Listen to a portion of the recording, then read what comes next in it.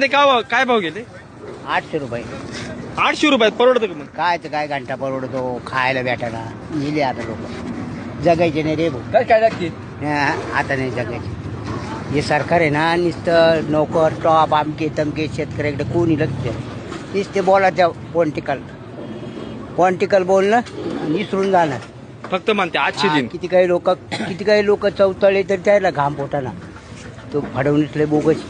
ते म्हणते का दिल्ली कर बिहार वाल्यांना स्वस्त कांदा भेटला पाहिजे म्हणजे त्यांचे बंगले काय भानगडी काय हिंडतो काय मोदी हिंडतो नुसता पैसा तिकडे नाचतो ना इकडं त्याच्या बाहेर देशात फिरत्या मस्त बघ.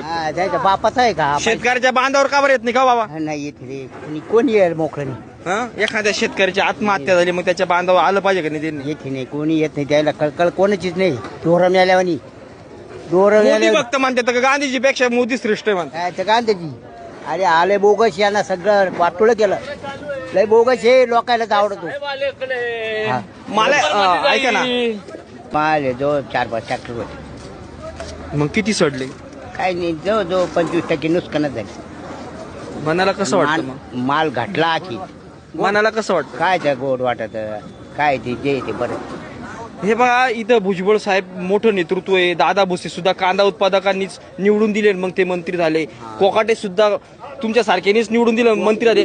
ते कांद्यावर काही बोलतीच नाही. कोकाट्या पत्ती खेळतो याच्यात.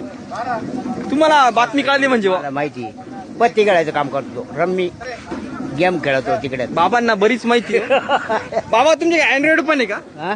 तुम्हाला माहिती कसं काय? मला मी बातम्या पाहतो. हा ना? बातम्या पाहतो.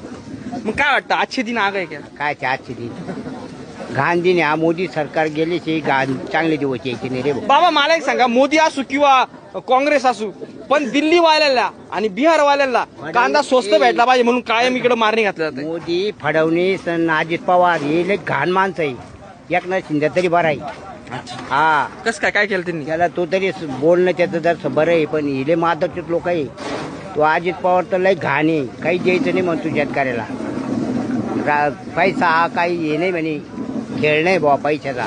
कर्ज माफ झालं का तुम्हाला? नाही रे मा नाही कर्ज माफ. मी त्या म्हणे आम्ही कर्जमुक्ती केली. अरे मी त्या आशण राहील. मी अल्प भुद्रा कासून माफ नाही. 160 घेतलं 2 10 झाली 10,000 वाचून मी गेलो 2 टप्प्यात 3ऱ्या टप्प्यात म्हणून भरला तर म्या. पण मला आता याचंच नाही झालं. आता जे होईल ते होईल भरायचंच नाही. एक शेतकऱ्यासाठी एक मोठं नाही ना सर सगळ्याला 2-2 लाख द्यायला पाहिजे. 10 लाख वाल्याला 2 द्यायचे वरील भरले असते का बाबा? सगळ्याला द्यायचे. शेतकऱ्यांचं 2 टप्पे केले 1 टप्पा कापड ठेवला. बरोबर त्यांना 1 टप्पा तोडायलाच नको. आता हा टप्पा आहे ना वरले लोक लगेच भरायला तयारी पण 2 लाख